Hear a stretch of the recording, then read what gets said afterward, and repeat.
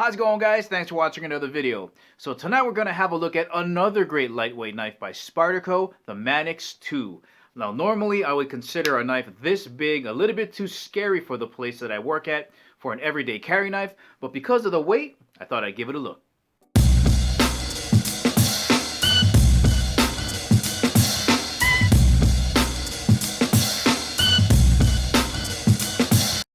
If you want to check out the actual specs on the Manix 2, or if you want to purchase this knife at the ending of the video, make sure to check the link in the description below. Alright, here is an up close and personal look at the Spyerco Manix 2. Check out these awesome blue grips. You got your signature Spyerco bi-directional grip pattern on here. Lower on one side, gets higher on the other. Both sides meet right here at the spider, and it really is grippy. Does a lot for traction, friction. Feels great in the hand. Now the reason I brought this in is it features their ball bearing locking system. I love this deep carry wire pocket clip, and the main thing is the weight on a blade this big. Normally I like to have my blades a little bit smaller, but because of the weight on this, let's have a look at it. I might consider carrying a larger blade. And remember, I try to keep my blades right around the weight of a deck of cards, which is about 3.4 ounces, and the Manix 2 comes in at 2.9 ounces. It's incredible. So weight-wise, it's awesome, and it does stay within my parameters of a Sharpie pen. So you guys know I like to keep it no longer than a standard size Sharpie. So there it is, well within that length. Let me turn it sideways here so you can see what that looks like there. Easily within that. Chopstick test, thickness-wise, I don't like to have it thicker than a unbroken pair of chopsticks. So there you go. Fits within that too. Passes that test.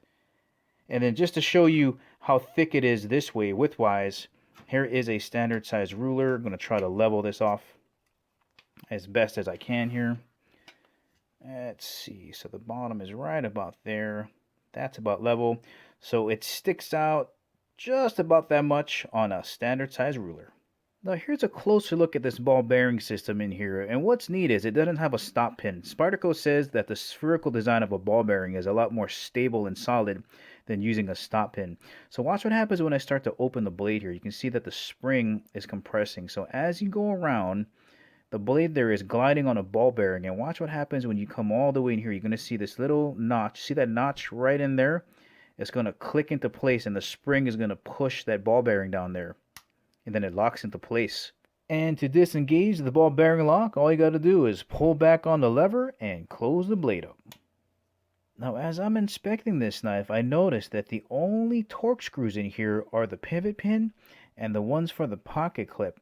The rest are pinned in here, so unlike the regular Manix 2 versions where you can take it apart, replace the scales, get the aftermarket cage and ball bearing, if you go with the Manix 2 lightweight, it doesn't look like it's serviceable. Having a close look at that deep carry wire pocket clip, man, that thing is great. It is reversible to the left side, but you can only carry a tip up because there's no holes on the other side.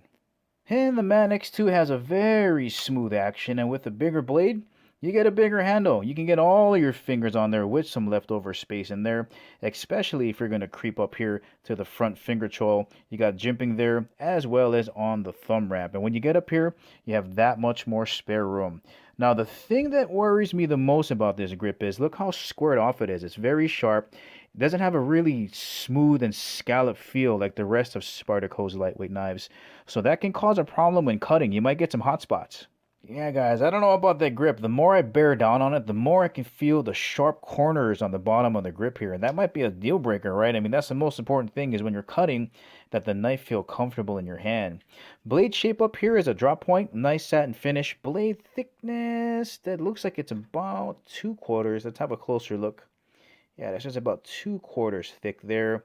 And the Manix 2 is using CTS's BD1N steel. So there's nitrogen in this steel. And I think that's probably where the future of steel is going, is steel with nitrogen in it. And the last thing I want to point out is this massive lanyard hole. This might be the biggest lanyard hole I've ever seen on a folding EDC knife from Spyerco. It's a black hole. So, what do I think of the Manix 2 lightweight? First things first, I do not mind the increase in size because it's so lightweight. Love the shape of this drop point blade, love the coloring of the handle, love the pocket clip, and I really like the ball bearing locking system. I think it's pretty awesome.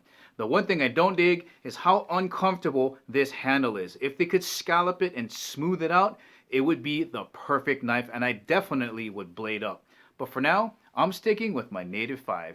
Guys, that's the ending of the video. Remember, if you want to purchase the Manix 2, check the link in the description below. Guys, hope you enjoyed the video. If you liked it, please give it the thumbs up. If you haven't subscribed to Kimo 365, please do.